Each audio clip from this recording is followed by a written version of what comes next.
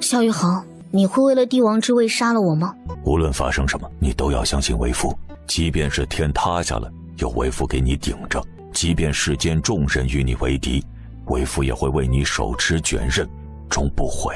知道了，知道了，我就说问问而已嘛。夫人或许不知，大理寺内除了老杨是9天的习作之外，9天在皇宫中也安插了不少眼线。夫人可记得裴大人和平南王一条战线的那个莽夫吗？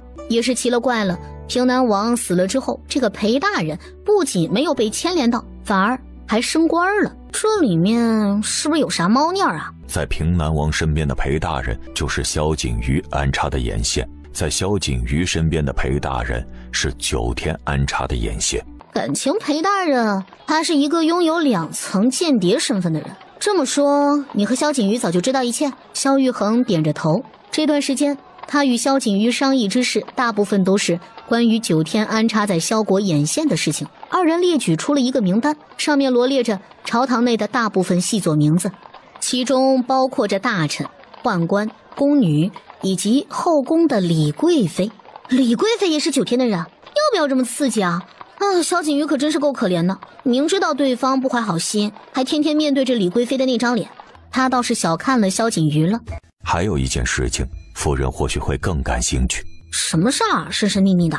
9天的总部在昆仑冰原真正藏宝地。还有呢？万里山河图的宝藏已是9天布下的陷阱。萧玉衡确定众人寻找了1000年的万里山河图，实则是9天撒的网，只是消耗7国众势力的一个阴谋而已。就为了这么一个小小的计划，谋划了上千年，众人互相争斗，弄得家破人亡、血流成河的万里山河图碎片，就只是9天的诱饵。这天下众人还争先恐后的上钩，幸好咱们利用万里山河图狠狠地赚了一笔。还有件事情你知道吗？说着他和血煞宗少主九离境合作敌对9天的事情。夫人想做什么便是什么，为父全力支持你便是。那行，那我就放手一搏了哈。俗话说得好，两国交战不斩来使。本公子今日前来并不是与楚姑娘为敌，我信你才有鬼。楚姑娘说笑了，本公子今天来的目的只是为了送邀请函而已。说着，九成从怀中拿出一封书信。什么意思？半年之后，我们在昆仑冰原举行一场宴会，到时候还请楚姑娘到场。你是觉得我傻，还是觉得你们单纯的以为9天可以一手遮天，说要我干什么就能干什么？光天化日出现在楚府门前，9天的人可真是猖狂。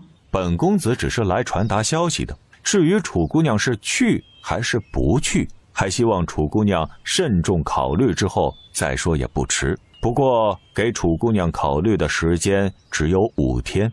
你威胁我？非也，我们宗主知晓姑娘的性格，很希望姑娘参加半年之后的宴会，所以就在天泽小公子和灵儿小姐身上下了一些毒。若是楚姑娘答应半年之后前往昆仑冰原，只需要在5日内前往凤栖山的神庙中拿解药便是。老夫这里有2颗保命的药丸，暂且给天泽和灵儿服下。这丹药可是保命的仙丹，可让人多活10年的神仙妙药，但与2个孩子比起来，即便是长生不老又算得了什么？对于楚天泽和楚灵儿是如何中毒的，众人一时间找不到源头。2个孩子近几日的时间接触的都是楚府内的人，难道说楚府也被9天安插了奸细不成吗？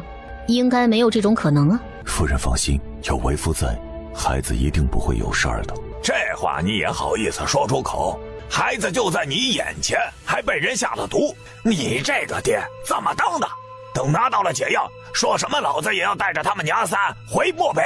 萧玉衡没有理会拓跋渊，现如今最为重要的便是前往凤栖山神庙找解药，其余的事情再说也不迟。萧玉衡、楚清月、楚清宁、九离境和拓跋渊5个人骑上马离开了都城，前往100余里地之外的凤栖山。凤栖山坐落在一片原始丛林之中，丛林深处危险遍布。传闻几百年前，曾有一只散发着五彩斑斓光芒的凤凰陨落于此，此山因此而得名凤栖山。楚姑娘，你既然来了，那便代表着答应半年之后的赴约。解药，解药就在神庙中，只不过要拿到解药，只有你一个人才能进入神庙。夫人留在此地，为夫去解药。三王爷，您现在还不可以踏入神庙中，凭你们。三王爷，您有自己的事情要去做，何必与一个祸水混在一起呀？你叫谁祸水呢？老娘忍你们好几天了，今天你们一个都别想活着离开。纵身一闪，楚清月犹如蛟龙一般的身影混迹在人群中。见楚清月动手了，楚清宁自然是不能够袖手旁观的。一时间，萧雨恒、拓跋渊和九离镜三人也是加入了战局。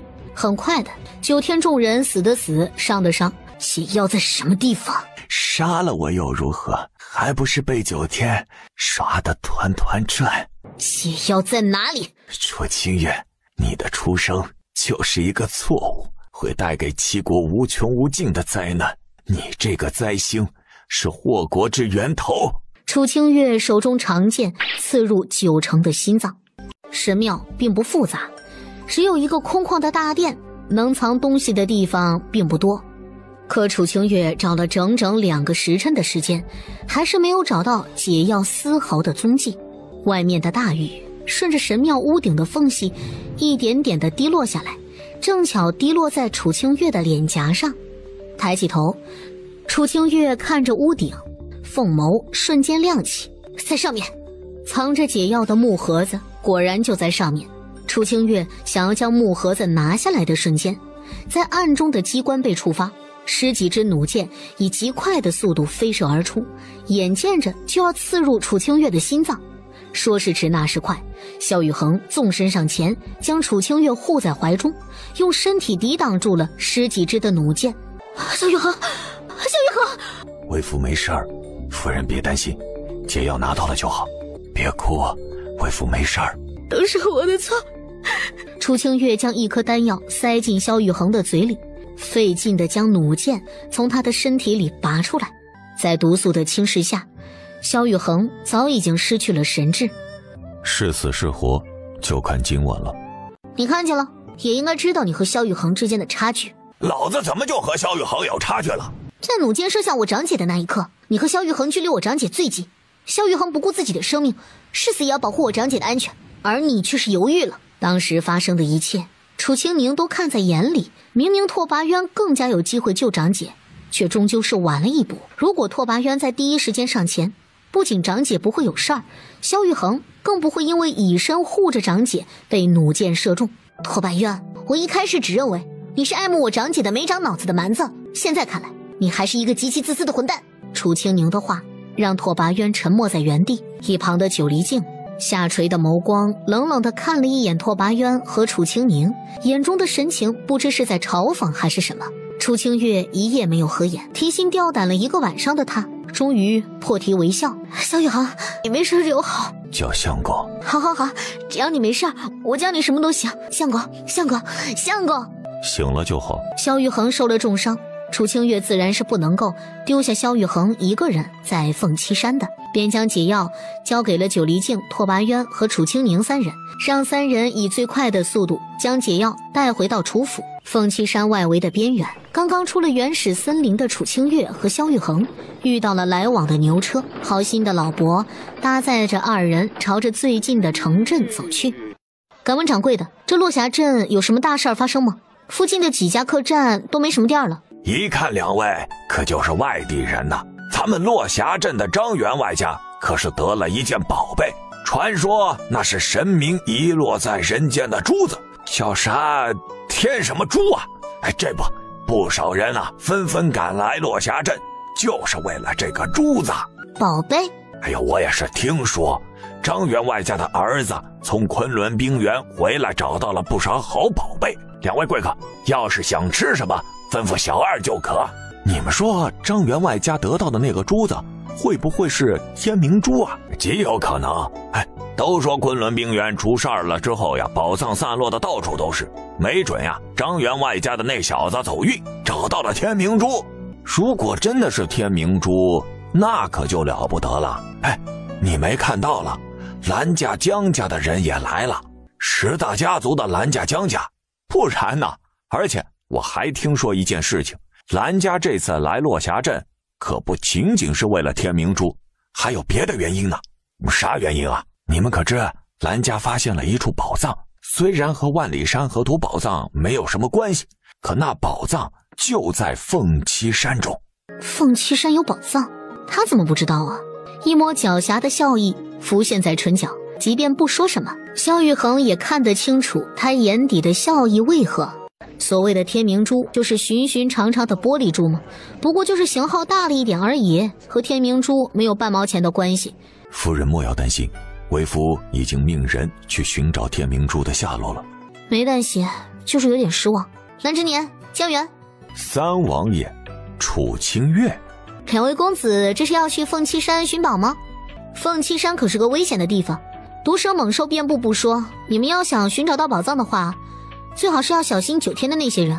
你想说什么？我呢，只是善意的提醒两位公子，如此明目张胆的去凤栖山找宝藏会被贼人惦记的。贼人？本公子倒是觉得这贼人再贼也不会有三王妃1/10贼。你这么夸我，我会骄傲的。不以为耻，反以为荣。你也知道我们楚府发生的事情，我和我相公刚从凤栖山出来不久。这个是凤栖山的地图。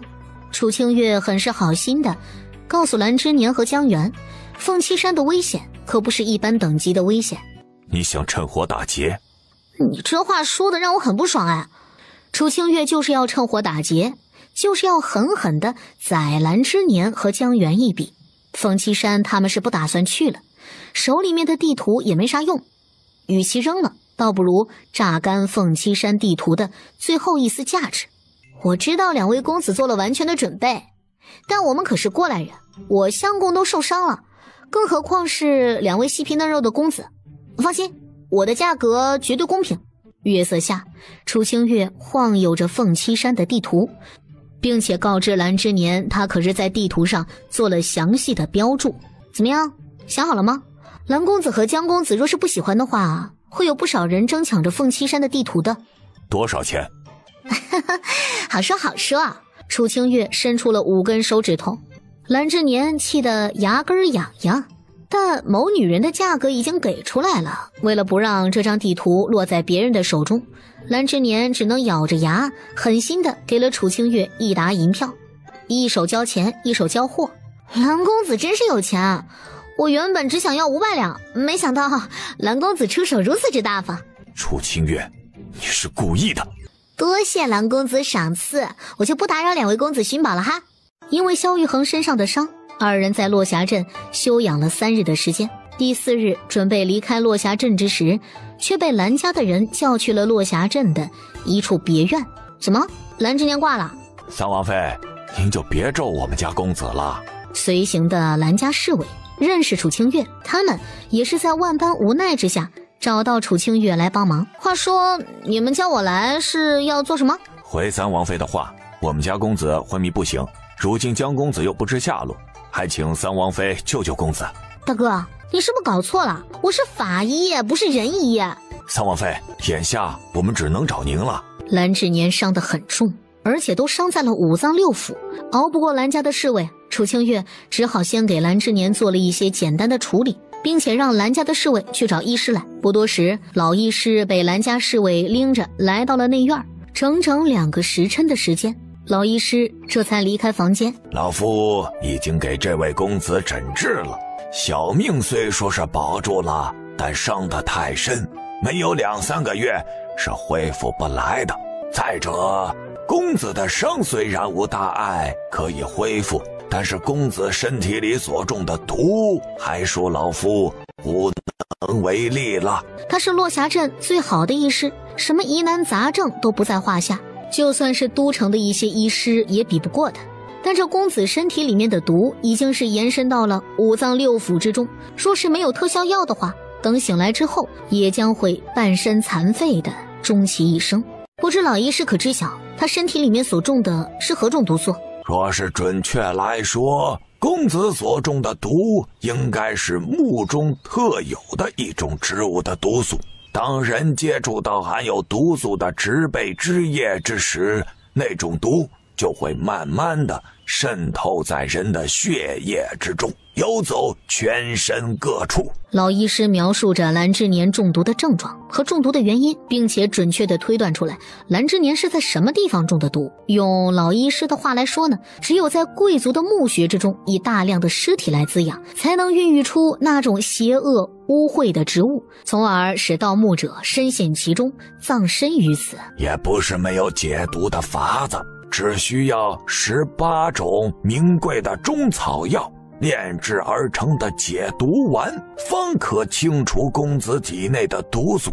只是这里是落霞镇，在萧国呢，也只能算是一个名不见经传的小小城镇，哪里来的解毒丸这种价值不菲的解毒神器？再说了，就算是萧国，也不见得有几粒解毒丸呢。翻遍了整个齐国，也要给公子找到解毒丸，来不及了。你家公子身体里面的毒绝对撑不过1日，若是在这1日之内找不到解毒丸的话，后半生都要躺在床上啦。解毒丸吗？这些丹药是临走之时狄阁老给他的，说是可以解毒，至少能够解世间大部分的毒药。这味道，这形状，就是它。三王妃，你想要什么？不愧是跟在蓝之年身边的近身侍卫，一开口就知道我心里想啥呢。解毒丸可以给你啊，但什么条件我还没想好。这样吧，咱们先立下一份空白契约，按上蓝之年的手印，等我什么时候想到了再说也不迟啊。楚清月是真的还没想好让蓝之年做什么，天玉城的事情暂且不能让蓝之年等人知晓，但不代表以后不会用到蓝家。好。侍卫二话不说写了一份契约，并且印上了蓝之年的手印。你比那些个磨磨唧唧的侍卫强多了。告诉我你叫什么名字，或许以后我还能够用到你呢。回三王妃的话，在下蓝家外室蓝海。蓝家的外室，师大家族宗族和旁系之间的差别很大，即便是蓝家的人，但非宗族的血脉，要终身守护蓝家宗主子嗣。楚清月将解毒丸交给了老医师，老医师拿着解毒丸救蓝之年。到晚上的时候，蓝之年也终于清醒了过来，从侍卫口中得知这1天多来所发生的事情，即便想要反驳，楚清月也不知道该如何开口才是。看什么看啊？因为你耽误了我们回都城，我还没有找你算账呢，你倒是瞪起我来了。既然没事了，那我和我相公就回都城了，记得你欠我的，我可记得清清楚楚呢。楚清月示意蓝之年又欠了他的，加上以前的种种条件，蓝之年这辈子怕是都偿还不清了。下午刚到都城的萧玉衡被紧急召入宫中，商讨漠北和萧国之间的事宜。当萧玉衡回到楚府的时候，已经是第2天清晨。发生了什么？只是漠北和萧国之间并未结成联盟而已。拓跋渊出尔反尔，在最后商讨的过程中选择不与萧国联盟，这让漠北的大臣和萧国的重臣们措手不及。联盟的事宜都已经谈到了尾声了，临了拓跋渊反悔，并且今日中午便要离开都城了。正说着，楚府的大门被人敲响。萧玉衡，你心里应该清楚，因为你的原因，老子才不打算和萧国联盟。萧国与漠北联盟与否，与本王有何干系？很好，联盟的事情你不在乎，老子要带走天泽灵儿楚清月，你是否在乎呀？敢！萧玉衡凤眸半眯着，丹凤眼中的杀意迸发而出。老子自然敢呀！如果三王爷不将楚清月母子3人交给老子，老子便会踏平萧国。拓跋渊以萧国的和平为要挟，威胁萧玉衡将楚清月3人交给他，让他带着母子3人回到漠北，否则萧国和漠北之间必有一战。萧玉衡，你可想好了，只要你说出一个不字，老子立马会对萧国开战。拓跋爹爹，宝贝灵儿，和拓跋爹爹回漠北呀，到时候爹爹给你买好多好多的糖人，灵儿将会成为漠北最受宠爱的小公主。灵儿好喜欢拓跋爹爹，可是灵儿的家在楚府呀，灵儿的亲爹爹也在那里呀，灵儿知道拓跋爹爹是真心对灵儿和哥哥还有娘亲好的，可是拓跋爹爹有漠北大帝，有伊洛姨姨，并不孤单。但爹爹只有我们，要是我们走了，爹爹会伤心的。可是爹爹也会伤心的，灵儿就不怕爹爹一个人孤孤单单吗？天泽，你也不和拓跋爹爹回漠北吗？爹爹知道你不喜欢萧玉衡，只要你跟着爹爹回漠北，咱们就永远不回来了，也永远不用见到萧玉衡。拓跋爹爹，这5年来，拓跋爹爹尽心尽力地照顾着娘亲和我们兄妹2人，天泽感激不尽。但就像是灵儿说的一样，萧玉衡纵然千般不是，但对娘亲是真心真意的好，用性命护着娘亲，甚至为了娘亲敢与万人为敌。楚天泽知道自己这么说会伤了拓跋渊的心，可这都是事实啊。青宁一役已经把在凤栖山发生的事情全部与他说明了，如今萧玉衡又是为了保护娘亲，保护他们兄妹2人，即便与漠北开战都在所不惜。拓跋爹爹，您永远都是我和哥哥的拓跋爹爹，我们兄妹2人不会忘记您的养育之恩的。哎，你们是爹爹最爱的孩子。这一口气中包含了太多说不清道不尽的情感。老子一直不明白一件事情，老子是帝王，你就是个王爷，老子比你先认识俩崽子，为什么楚清月娘三就看中了你呢？记住你说过的话，女人，记得，如果她对你不好，一定要回漠北找老子。你也记得，好好的对一洛，一定要看清楚自己心底最真实的想法，知道吗？楚清月的话招来了拓跋渊的嫌弃，侧身上马，拓跋渊最后看了一眼楚清月，头也不回地离去了。楚清月看着拓跋渊渐渐消失在视线中的背影，一抹笑意浮现在唇角。喂，放我下来，让父王再抱一会儿。第一，娘亲说你身上有伤；第二，我不喜欢你身上的味道。帅弟弟不要生气，哥哥是害羞了呢，刚才灵儿看到哥哥脸红了。不要乱说，我才没有呢。楚天泽挣扎着从萧玉衡的怀抱中跳了下去，灵儿咯咯地笑着，也跳下来牵着楚天泽的手，兄妹2人奔去了厨房。三王爷，想笑就笑吧，别憋着。女婿啊，你身上有伤，憋着笑会让伤口崩开的，到时候又得被清月埋怨了。楚天雄也是为了萧玉衡好，果不其然，一道爽朗的笑声回荡在楚府院落内。悠着点儿，别笑得太过啊，也会让伤口崩开的。我闺女啊，还得骂你，并且连带着老夫和狄阁老一起骂一顿，和老夫有屁关系啊！笑什么笑，牙白啊！你不知道自己身上有伤吗？还有你，狄阁老，大早晨的就要喝酒，不要命了？楚老头你也是，身上的伤好了吗？就站起来四处瞎溜达。楚府上上下下，除了俩小崽儿之外，几乎都被楚清月埋怨了个遍。清明，大姐这抽什么风了？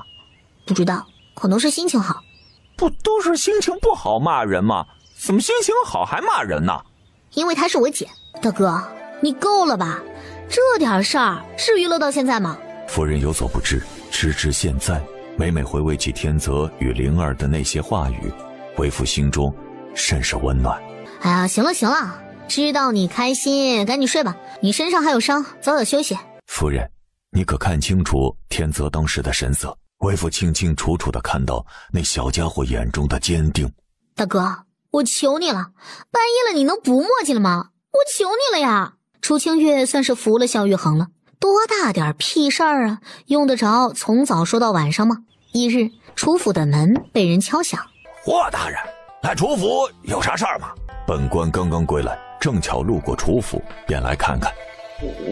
一阵叽里咕噜的声音响起来，狄阁老客套地说了一句要不要留下来吃早饭，性情耿直的霍安还真就留下来了。楚府的早饭很简单，清粥配油条，再配上一些小咸菜。霍安愣是吃了3大碗清粥7根油条。霍大人，你们大理寺这么穷了吗？一个个跟饿死鬼投胎一样。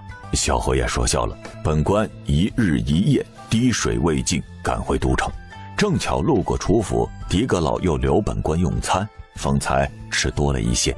一些？霍大人的饭量岂能用一些来形容啊？刘元是知道霍安离开都城的原因。不过这也不能成为混吃混喝的理由啊！又发生了什么事儿？还记得17具尸骨吗？我们在不远处的庙宇中发现了一些端倪，顺藤摸瓜抓到了一些拐卖女子的犯罪组织，并且将其一网打尽。不是说那17具尸骨和9天有关系吗？怎么又出来一个拐卖女子的犯罪组织啊？17具尸骨确确实实和9天有关，但那17个无辜的被害者都是经由拐卖少女的组织之手。霍安简单且重点地说出了两者之间的关联性。可以说9天是从拐卖少女组织的手中买来了17个女子，将其以狠毒的手段折磨致死。那些人呢？已经死在了9天手里，包括一些家眷也被抹杀。9天做事一向很绝，绝对不会留下丝毫的线索。两孩子怎么样了？霍安也担心着楚天泽和楚灵儿的安危，在得知俩小家伙平安无事之后，也算是松了一口气。这个是本官路过香吉镇的时候看到了，虽说不值钱，但挂在房间中也能保佑平安。哟，罕见呐！一向不信鬼神的霍大人竟然去求了平安符。霍安嘴里说着路过的时候买来的不值钱的小玩意儿，楚清月就知道这平安符啊，只有香吉镇的道观中才有，并且那道观中的老道性格刁钻，想从他的手中求来平安符，可真是难于登天。本官还有事情，先行一步了，多谢款待。不送了哈，记得还钱。这2道符顶多值50两。楚清月的玩笑话让霍安也笑出了声。老婆婆，请问您找谁啊？奇怪了，甚是奇怪呀！祸乱天下的灾星早应该在6年前陨落，为何还尚存人间呢？老婆婆神神秘秘的掐指一算，当再次睁开双眼的时候，神情似乎是顿悟了一般。原来如此，怪不得呀！老婆婆所说的话让楚清月字字句句听在耳中，一抹笑意浮现在唇角。楚清月走上前邀请老婆婆进入楚府。敢问老婆婆您高姓大名啊？这里可是楚府啊！老婆婆没有回答楚清月的问题，反而是问着楚清月这里可是楚府。正是萧国楚家。这就对了，老婆子我是谁不要紧，你们是不是找巫师啊？老婆子我正是。小丫头啊，听老婆子我一句话啊，既然重生为人，就要珍惜当下的生活，但该面对的事情啊，还是要面对的。老婆婆的话说得云里雾里，不等楚清月问明白，厨房中洗完碗的狄阁老甩着双手走了出来。是你，知玉丫头。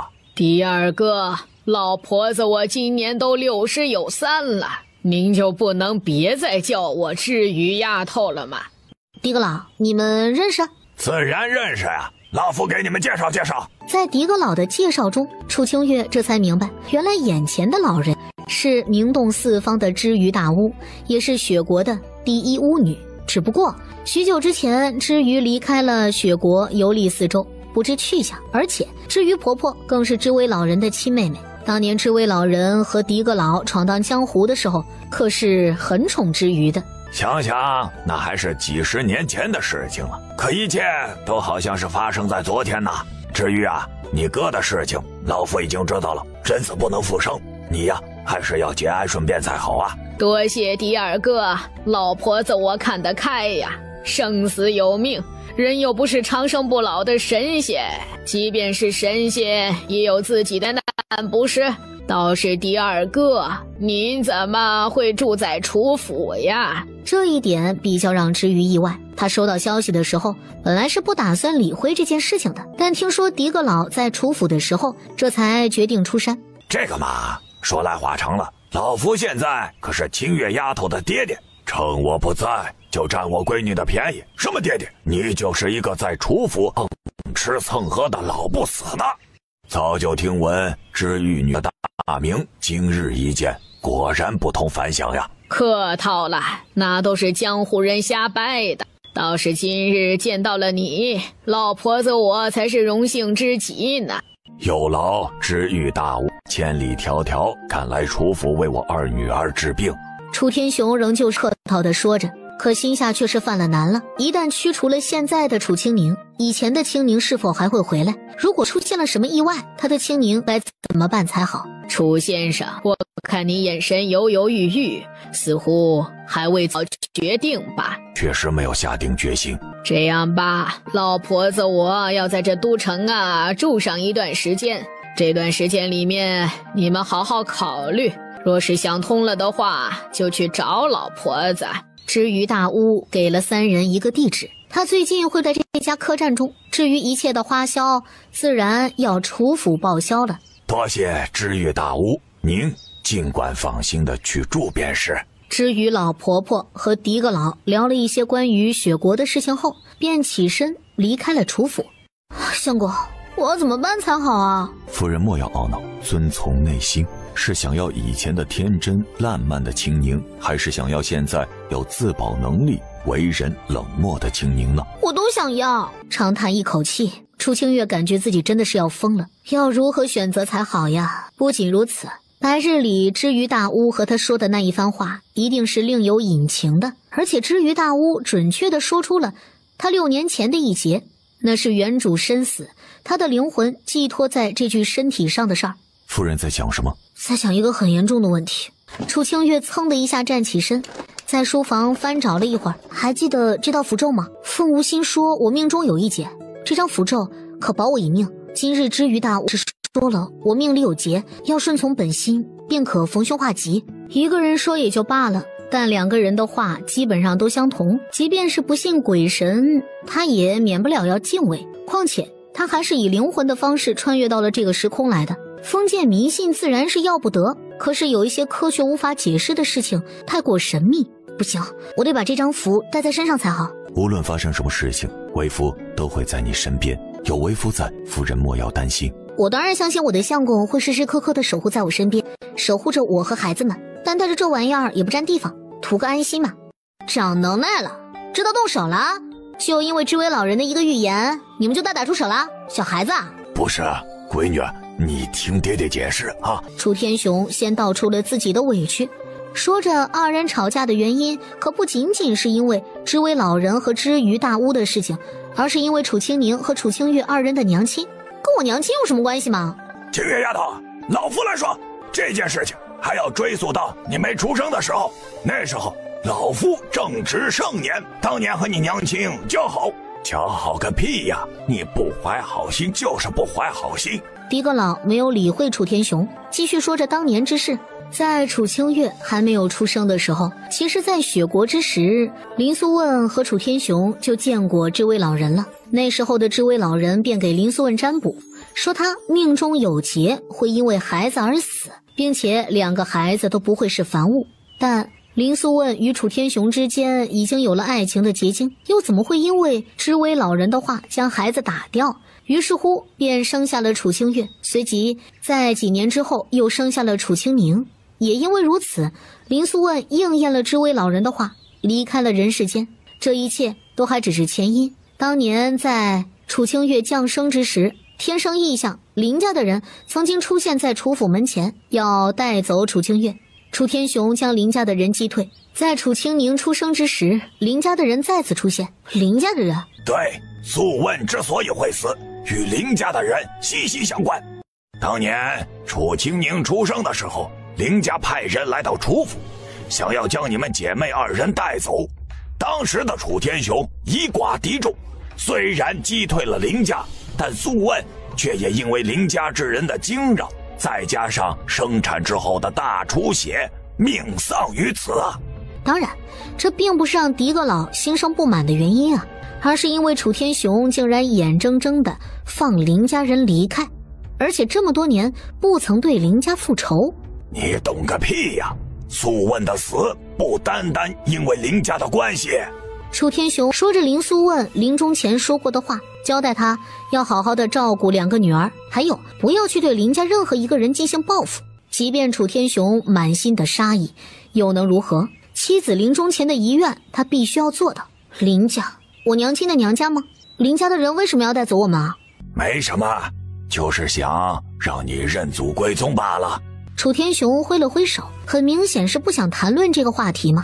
方才一直和楚天雄对骂的狄阁老也是如此。闺女啊，咱们中午吃啥呀？清月丫头啊，要不咱们就吃面汤如何呀？老夫也有好久没有吃到面汤了。对呀，吃面汤呀，最近几日呀，大鱼大肉的，你看爹爹都胖了好几圈，要不吃面汤如何呀？好呀，既然狄阁老和爹爹都想吃面汤，那咱们中午就吃面汤好了。相公，我娘亲所在的林家是一个什么样的存在啊？林家是一个很神秘的家族，相传林家的人天生便拥有异于常人的体质。从萧玉衡口中，楚清月得知了林家的种种不凡之处。若是用小说中的话来形容呢，林家男子个顶个的英武不凡，文才兼备，是辅佐天下的栋梁之才。林家的女子琴棋书画样样精通，各国都想着求娶林家的女子入宫为后。当然，这样的传说终止于100年之前的林家。自从林家遭受到了毁灭性的打击之后，便隐士遁入到了山林之中。自此100年之后，再也无人见过林家人，直至林素问出现在世间。还有一种传闻，林家的人是神明遗弃在人间的部族，林家的人拥有神奇的力量，这也是为何各国君主想寻找林家的原因。林家人是天下人都想得到的瑰宝，也正因如此，100年之前林家才招致了杀身之祸，不得已遁世隐蔽山林间。萧玉衡继续说着，并且提及100年之前林家遭受到的灾难。那一次的灾难几乎让林家人死伤过半，因为一个预言，林家的后代将会出现灾星，灭世的灾星。要是我猜的没错的话呢，那个灾星应该就是我了吧？当时的人们知道林家会出现灭世灾星后，之前所有的崇拜纷纷转变成了杀意，这才导致了林家人的悲剧结局，直至夫人的出生。林家人再次现世的目的很简单，要带着楚清月和楚清宁离开，让七国避免混乱的局面。林家个个都是高手，但当时的楚天雄是抱着必死的决心的，即便是林家也无可奈何呀。最终林家人离开了，但林素问也因此殒命。怪不得我爹爹和狄阁老提起林家人的时候咬牙切齿得很啊。楚清月能够理解两个人的心情，如果换作是他的话，即便是娘亲临终遗嘱又如何呢？翌日一大清早的，楚府大门被人敲响。请问这里是楚府吗？你们干什么？是这样的，知遇大屋在我们这儿消费了不少银钱，今儿呀，咱们是来拿钱的。我们也是，我们也是。狄阁老，什么人啊？哦，来要账的。知遇大屋，这是消费呢，还是进货呢？一张又一张长长的账单罗列在刘玉安面前，什么几十盒几十盒的胭脂水粉，已经算是小手笔的账了，连桌子椅子都在其中。你是谁家的小厮啊？回小侯爷的话，在下齐兰院的小厮，这是知遇大屋在咱家小店消费的名气，还请小侯爷过目。什么？齐兰院？刘宇安一时间也是没能接受得了齐兰院小厮的话。齐兰院那个地方可不是一般人能够进得去的，知遇大屋都已经是60多岁了，还这么身强体壮吗？不管怎么说，齐兰院的小厮带来了刻印着知遇大屋印章的账单，楚府就得付钱。是让他们已经承诺过了，知遇大屋在销过一切的花销，楚府来报销的。第二个怎么来了呀？来，坐下，陪着小妹一起喝杯酒。你这丫头，即便呀是这把岁数了，还和以前一模一样。那是，人活一世且逍遥嘛。我可不想像兄长那样被禁锢着，要是真活成了我兄长那个样子，还不如死了算了。第二个喝酒。知遇敬狄阁老一杯酒，仰头将杯中美酒一饮而尽。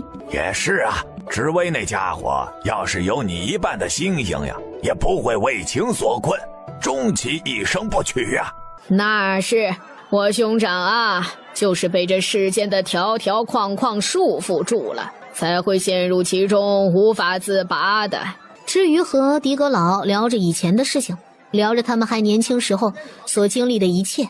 第二个，你来找我是因为楚清宁的事情吗？是也不是，林家的人又出现在了都城，你和林家的人接触过吗？接触过，昨晚上还见了一面呢。至于毫不避讳地告诉狄阁老，昨晚上林家的人找过他，让他配合林家将楚清月和楚清宁姐妹两个骗走，让林家的人带回去。对此，他的回答只有一个：有本事自己去把人给带回去。不是我说，楚清月和楚清宁就算是拥有林家的血脉，但是姓楚，林家人这是要干啥嘞？谁知道林家人在想什么？不过林家的人做事一定有自己的目的。如果我是第二哥，现在只希望林家和九天之间没有合作，要不然楚府更是危险呐。第二哥，不瞒你说呀，今儿我看到楚清月那丫头甚是不错呀。那是当然，老夫看上眼的人能是寻常之辈吧？妹子，我说的不错，不是楚清月的人品不错，我是指她的命。此话何解呀？我虽然一早就知道楚清月的存在，也知道我大哥给楚清月的批命，但如今见到本人的那一瞬间，就有一种，这么说吧，按照命运的走势呢，楚清月会死，应验了我兄长的预言，在6年前就应该成为了一具白骨，即便是躲过了这一劫难，也会在今年遭逢生死劫。你的意思是说，清月丫头在今年还会有一劫？对，比6年前更大的生死劫。若是死了，便什么都没有了；若是活了下来，那便是9天翱翔的帝王。不知两位找我可有何事？楚姑娘，在下林家林天书，这位是我七弟林天宇，此次前来特意拜访楚老先生。林家的人，昨儿他们才刚听说林家的人，今儿怎么就出现在眼前了？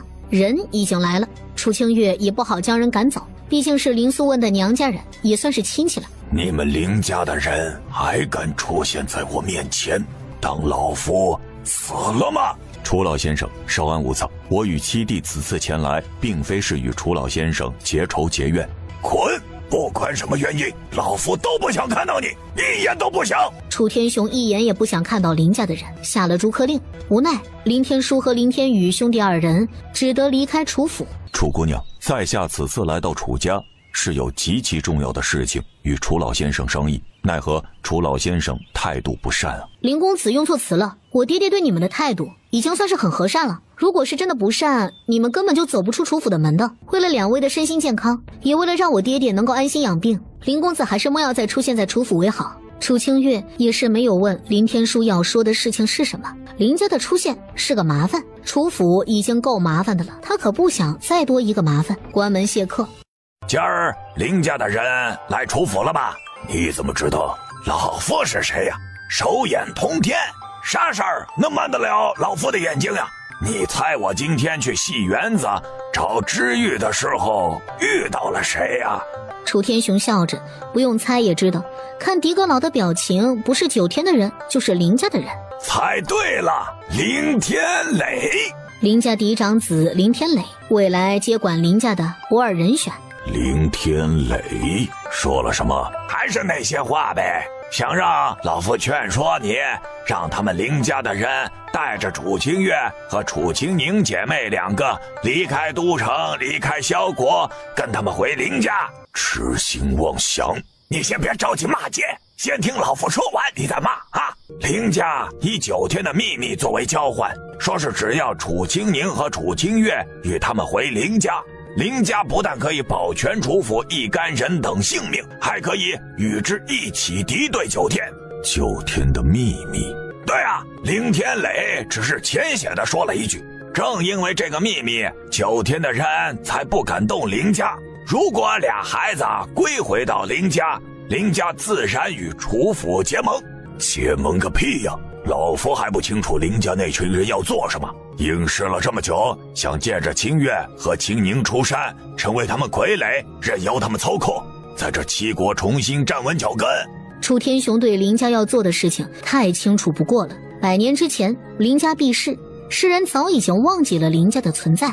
如今林家想要出山，想要利用他的2个女儿来造势，控制他们成为傀儡，达到让林家重新出现在众人视野之中的目的，让林家重新被世人所仰望。不管林家说什么，老夫绝对不会答应。你先消消气，老夫又没答应，只是转述一下当时林天磊说的话而已。我有个问题不是很明白，都说我是灭世祸国的灾星，那林家的人为何还要出现在楚府，让我和青宁回去林家呢？林家估计就是吃饱了撑的想借着势头在乱世中站稳脚跟而已。摆了摆手，狄阁老起身离开了。看着渐渐消失在夜色中的身影，楚清月扭过头，他用脑袋发誓，狄阁老一定是有很重要的事情没说。夜色弥漫在天地之间，夜半之时，楚府的大门被人敲响。大半夜不让人睡觉，信不信老夫把你一刀劈开了喂狗？狄阁老骂骂咧咧地打开门，有话说，有屁放，给你3个喘息的时间。出人命了，重大要案，霍大人请三王妃去天书阁。前往皇宫的马车中，楚清月哈欠不断。夫人先睡一会儿，等到了地方，为夫叫你也不迟啊。那我先小小的睡一下。找了个合适的姿势，趴在了萧雨恒的怀中，再次睡了过去。马车继续朝着皇宫的方向行进。皇宫，天书阁。天书阁是皇宫重要之地，即便是皇族人员也不可轻易出现在天书阁中。天书阁内藏着诸多重要的信息，能在天书阁内任职的官员，那都是万里挑一之人。死者男性，34到38岁之间。楚清月在已经僵硬的尸体上找到了一根金黄色的头发，不知是凶手故意留下来的，还是另有原因的。天书阁是萧国的皇宫重地，没有萧锦瑜的准许，是万万不可踏入其中的。除了发现的那根金色的长发之外，在尸体倒下的地方，一团细小的金丝浸在血液当中，若是不仔细看去，根本不会发现这微乎其微的细节。受害人的死因是心脏被利刃刺穿，而且凶器就在旁边了。那凶手是谁啊？兄弟们，要不要我摆个阵法，给这位受害人招魂，问一问凶手呢？没想到三王妃除了验尸之外，还懂招魂之说。啪的一声，楚清月一巴掌打在了侍卫的脑壳上。你当我是神仙啊？我也才刚来现场，哪里知道凶手是谁啊？御书房，陛下，天书阁的凶手应该是2个人，而且有一个人与天书阁官员是相识的。萧锦瑜没有说话，听着楚清月描述着天书阁命案的画面，从天书阁官员伤口的形状来判断呢，将官员杀死的人身高至少要比死者高出10厘米，身高大概是190左右，刀口的形状自上而下，凶手握着匕首从上刺入官员的心脏。再者，官员脸上的表情并未有太多痛苦和恐惧，应该是与凶手中的2人，或者是至少其中1人是相识的。利用这一层的关系进入天书阁，分散官员的注意力，然后当官员回身的时候，刀刺入致命部位。楚清月还原着当时的现场，之所以并未在天书阁中讲出这一切，主要的原因是除了他、萧玉恒和霍安之外，任何人都不值得相信。谁知道9天安插在大理寺中的奸细是不是真的只有老杨一个人呢？谁知道隐藏在皇宫暗处的侍卫有没有9天的眼线？而且凶手是一男一女。为何这般肯定？因为那一缕金色的长发吗？显然萧锦瑜知晓他们在天书阁的一举一动。这一缕金发是男人的头发，我在死者的身上嗅到了一股淡淡的花香，是后宫女子所用的香料。说着，楚清月从怀中拿出了一个白色的小布袋，布袋里面装着的是官员身下压着的金丝。陛下，这东西呢是在天书阁官员身下发现的，应该是凶手之一的女子所有。天书阁的命案就到此为止，朕还有另外一件事情要与你们2人商议。啥事儿啊？能不能先把我的出现场费用结一下？俗话说得好，亲兄弟明算账，更何况是萧锦瑜呢？这货可是算计了他好几次了，不坑死萧锦瑜，他楚清月3个字倒过来写。相公，你说萧锦瑜是啥意思呀？天书阁的命案暂且搁置，3日之后还要邀请他们进宫赴宴。楚清月笃定萧锦瑜不怀好意，摆的定然是鸿门宴。陛下知晓天书阁命案的凶手，估摸着想在宴会上揪出真凶，而且为父听人说，陛下得到了一件宝贝，事关9天的秘密。秘密？9天有什么秘密啊？还有林家到底知道9天啥秘密啊？楚清月好奇地瞪着凤眸，认认真真的听萧玉衡说着关于9天的秘密之事。长生？你是说9天的宗主是长生不死之人？真的假的？为父也只是听说而已。9天宗主已经长生1000年，林家正是知晓9天宗主长生的秘法。那林家知道长生的秘法，为什么不也修行长生呢？林家虽然知晓9天宗主长生的秘密，但是林家没有这个资本。为啥？夫人有所不知，9天宗主长生的关键在于万里山河图的宝藏地。是不是说昆仑冰原有东西可以让9天宗主长生，而林家和萧锦瑜恰巧知道这东西是什么？夫人聪慧，怪不得世人削尖了脑袋都要去昆仑冰原，要寻找到万里山河图上的宝藏，而9天为了守护这个秘密，不惜将所有去寻宝的人全部斩杀。昨儿你们离开楚府之后，好几个黑衣人出现在了楚府。这事儿萧玉衡已经知道了，那些黑衣人的身份尚不明确，但不排除是9天的人。不过你放心，黑衣人并没有做出任何伤害楚府的举动，只是前往书房，似乎在寻找什么。狄阁老说着楚清月和萧玉衡昨天半夜前往皇宫之后，楚府发生的一些事儿。黑衣人想要从书房中盗走什么东西，可刚一进入书房就被楚清宁给打了出来。清宁那丫头以十分残忍的手段将其砍叉了。清宁的事情您考虑的怎么样了？时间拖得越久，对清宁越是不利呀。那天找知瑜的时候啊，除了说一些林家9天的事情之外，他们还聊了一个话题，那便是关于楚清宁的人格问题。现在的楚清宁已经完完全全地压制住了从前的清宁，说是想要呼唤回从前的丫头，需要越早越好，否则时间拖得越久，以前的那个丫头回来的希望就越发的渺茫了。该做出决定了。这件事情等过几日再说吧。行，你得想好了。一来拖得越久对清宁来说越是不利，二来呢，至于那丫头每日的花销是越来越厉害了。就连狄阁老都看不下去了，这几天来的花销都快要赶上楚府1年的花销了。不提起知瑜的花销那还好，一提起来楚清月就是一个头2个大。长姐，我问你一个问题，长姐喜欢从前的我还是现在的我？无论是哪一个清宁，都是我最爱的妹妹，没有之一。长姐，对不起。一声对不起，楚清宁道着歉，这一声歉意里包含了太多说不清道不明的感情。他知道知遇大巫在萧国，也知道他来的原因。长姐，我想留下，我不想再回到那个冰冷黑暗的世界里面，我想一直做你的妹妹。说什么对不起啊？真正对不起你的人是我才对。我其实一直都在自责，说是当初放手的人是我，你就不会是现在这个样子了。楚清月感受得到原主内心的愧疚，对妹妹多年来的愧疚已经在心底形成了执念。也因为如此，原来的楚清月才会不顾及众人的眼光，但凡谁敢伤害她的妹妹，即便是有一个眼神的不屑，她都会冲上前将对方狠揍一顿。说到底是长姐对不起你，让你受了伤。好啦，不说伤感的事情了，等过几日呢，长姐忙完了宫宴的事儿，带着你们去玩。好，对了，清明，你还记不记得小时候咱们背着爹爹在他酒壶里面塞青蛙的事情？我还记得是长姐的主意。哪里是我的主意了？分明是你这个小丫头逮着了一只蛤蟆，非要塞进爹爹的酒壶里面呢。长姐过分了，当时分明是长姐让我去逮着青蛙，正巧爹爹回来了，长姐就把青蛙塞到我的手里，我慌乱之下才将青蛙塞进了爹爹的酒葫芦里面呢。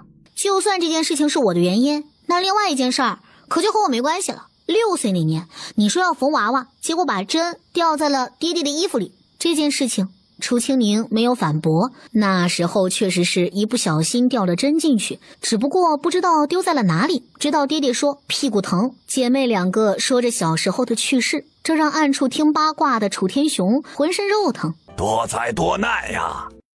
陛下，臣妾有一件事情不得不说，三王妃盗取天书阁之物，事关萧国之命脉，还望陛下明察。我不明白李贵妃说的是什么。我何时去过天书阁？今日一天我都在这儿啊。火相公以及诸位大人都能给我作证，陛下也看得清清楚楚。我何时离开了朝阳殿，去天书阁盗取宝物了？三王妃，知错能改，善莫大焉。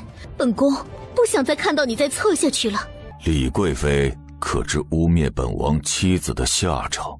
三王爷、三王妃在离开朝阳殿之时，与小太监私会，并且得到了天书阁的机关图。陛下可以前往天书阁查看，看看是否少了什么。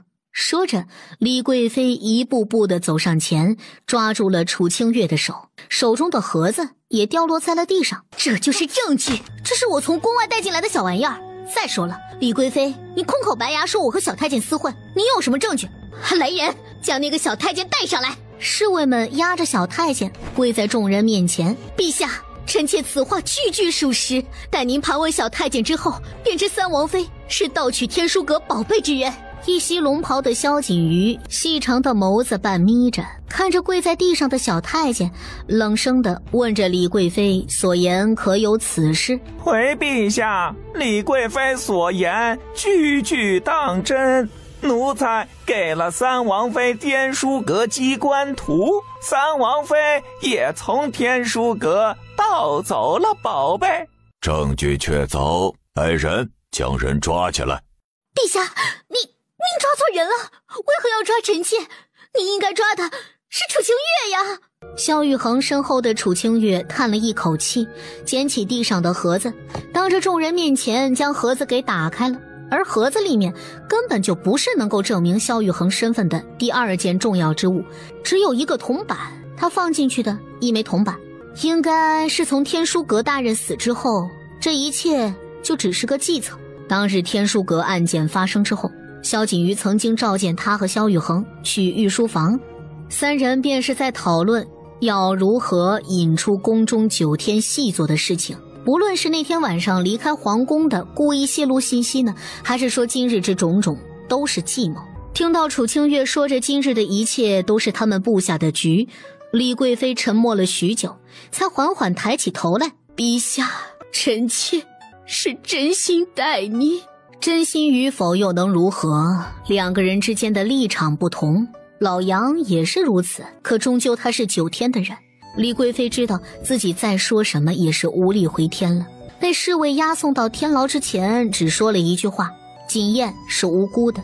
还好你们两个平安无事啊！狄阁老与楚清月说着二人离开楚府之后发生的事情。前半夜9天的人突然间对楚府发动了攻击，还好楚府事先做好了完全应对的准备，在第一时间将老弱病残全部都送入到了密室之中。即便是如此，9天攻势仍旧是迅猛。好在九黎境的血煞宗出现，再加上楚府自身的力量，这才击退了9天，没有造成严重的后果。清月丫头，你去看看清宁丫头吧啊！楚府老老少少都没有受伤，相比之下，他更是担心清宁。以一人之力斩杀9天数十人，这种前所未有的爆发力，尤其是在楚清宁击杀9天之时，那眼中的神色让他感觉到恐惧，完完全全感受不到正常人类该有的温度。清宁，张姐，你回来了。回来了。张姐，要不要陪我喝一杯啊？咱们姐妹两个许久都没有在一起痛痛快快的喝过酒了。清宁，张姐，问你一个问题，你要如实的回答我，以前的我和现在的我，你喜欢哪一个？清宁，那张姐也问你一个问题，你是喜欢从前蛮横刁钻的我呢，还是喜欢现在的我呢？无论是以前的张姐还是现在的张姐，都是拼了命保护着我的。6年前也好，现在也罢，他楚清宁对长姐的爱丝毫不减，我亦是如此。还记得小时候咱们姐妹两个挂在树上，是你放弃了活命的机会，那时候开始我就发誓绝对不会让任何人伤害你。长姐，我决定了，会让他回来的，而我会彻彻底底的消失。清宁，我知道长姐舍不得做出决定，但我清楚现在的我已经越来越没有人性了，若再这样下去，不知过了多久，我就会成为一个没有任何感情的行尸走肉。张姐，和你们相处的这段时间，我感受到了从未有过的温柔、亲情、爱情、友情，来这一趟我已经值了。大姐姐、弟弟、迪哥佬，你们为什么这样看着我呀？青宁脸上脏脏的吗？没有，咱们青宁啊，是世界上最美的女孩子。是青宁啊，青宁回来了。大姐姐，我好像睡了好久好久，梦里面看到好多人咻的一下子出现，又咻的一下子消失不见了呢。楚青宁和众人说着他做过的梦，梦里面有好多奇怪的人。好了，咱们不管那些人了，咱们去侯爷府，告诉我爹你回来了。回来了？我去了哪里了吗？楚青宁大大的眼睛里满满的都是不解。在吃了早饭之后，被刘雨安拉着去了侯爷府。当老侯爷看到楚青宁的时候，拘谨的要命，生怕自己一个做错了什么就会被儿媳妇儿给损一顿。可得知以前的青宁回来了之后，老泪纵横，恨不得给祖宗烧香，他再也不用过着被儿媳妇骂的生活了。感谢柳家的祖宗显灵了。既然青宁的事情已经解决了，老婆子我也不在都城停留了。正巧有人托我去邻近的燕国办点事儿，车费报销一下。俗话说得好，请神容易送神难，说的就是知遇大巫。那老婆子我就走了，各位有机会再见吧。楚府已经不能再居住下去了，我们要搬家，搬去天玉城。天玉城？大姐，事情还没发展到那个地步吧？齐国还没有乱得无法无章啊！防范于未然嘛，况且9天一定不会善罢甘休的。我也同意清月丫头的说法，现在啊是去往天玉城最好的时机，趁着9天呀没有更多的时间来针对主府，此时不去更待何时啊？我也赞同啊。我已经拜托过九黎镜，他会调遣血煞宗的人安全的将你们送到天玉城。你不和我们一起去天玉城啊？我和相公要留在都城处理一些事情，等完事之后自然会前往天玉城的。楚清月说着，他和萧玉衡会留在萧国都城的目的，一是来牵制9天，也是确实有重要的事情要去做。什么时候动身？明日一早收拾行李，下午的时候动身出发，越早离开越好，省得夜长梦多。一日，楚清月特意起了个早，但九黎镜更早。什么时候走？下午就走。准备好了吗？钱？拜托，这是你欠了我的人情债好吗？还有钱啊？一码归一码，本尊答应你护送楚府老少平安到达天玉城，没答应你会无条件护送。跟我来书房。书房中，楚清月给九黎镜一笔钱作为护送费用，这些钱足够你们血煞宗数百人消费了。记得答应过我的事情。九黎少主应该清楚，你我之间共同敌对的敌人是9天，而且我相信九黎少主应该痛恨9天在昆仑冰原对血煞宗做的事情。不过不要紧，我手中有一个9天想要的东西，九黎少主也会感兴趣的。楚清月俯身上前，凑在九黎镜耳边轻声说着那件宝贝是什么。九黎少主应该还记得我和我相公带着闵元回到西北之地的事情吧？闵家家主给了我一个关于凤鸣山的藏宝图，最后一把钥匙便是在藏宝洞中找到的。楚清月丝毫不隐瞒，将得到钥匙的经过详细地说了个明白。9天的总部虽然在昆仑冰原，但我敢保证他们绝对不会有最后一道大门的钥匙，毕竟那大门之后隐藏的可是长生的秘密。想要复仇，想要知道长生的秘法，想要让9天彻底的消失在这个世界上，九黎少主只有和我合作。女人，记得你说过的话。当然，我以我善良的人格担保。楚清月话音落下，一道黑衣人影瞬间消失不见。看着九黎镜远去的背影，楚清月抬起手擦拭着额头上的虚汗。要不是他真的有钥匙，绝对会被九黎镜这货拆穿的。还好他冰雪聪明，脸皮够厚。天泽、灵儿，一定要听外公的话。等过一段时间，娘亲和爹爹找你们去。娘亲放心，天泽一定会好好的照顾着灵儿的，还劳烦三王爷照顾好我娘亲。放心，父王自然会好好的照顾夫人。夫人，为夫已经向皇上提议了，用不了多久，为夫便可以与夫人一起去往天玉城。相国。楚清月抬起头来，看向萧玉衡。一旦离开了萧国去往天玉城，便代表着萧玉衡再也不是萧国的三王爷了。就算是有三王爷的名头，也无法再操控萧国的兵权了。夫人和孩子便是为夫的一切，为了你们一个小小的萧国王爷之位，又算得了什么？对于萧玉衡来说，失而复得的爱情、亲情比任何事情都要重要。他已经错过了5年的时间，不想再错过任何的一刻。出府众人离开萧国已经有半个月的时间了，算一算，按照他们行进的速度来看，应该已经到了萧国的边界，再过不久便可以到达天域城。你真的要放弃在萧国的一切？如你所见，现在的楚府只剩下我和我相公，再过不了多久，楚府便会成为空宅。楚清月指了指身旁的位置，林家三兄弟显然是没有离开的打算，坐了下来。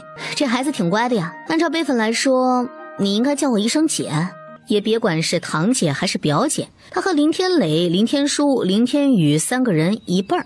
林天磊，趁着我现在还在萧国都城，咱们之间有啥话还是说明白比较好。当然了，缺钱是没有的，我现在穷得叮当响。你可知自己的身份？知道啊，在兴嘛。你们林家想要踩着我出山，9天的人想要抹杀我，虽然目的不同，但性质是一样的。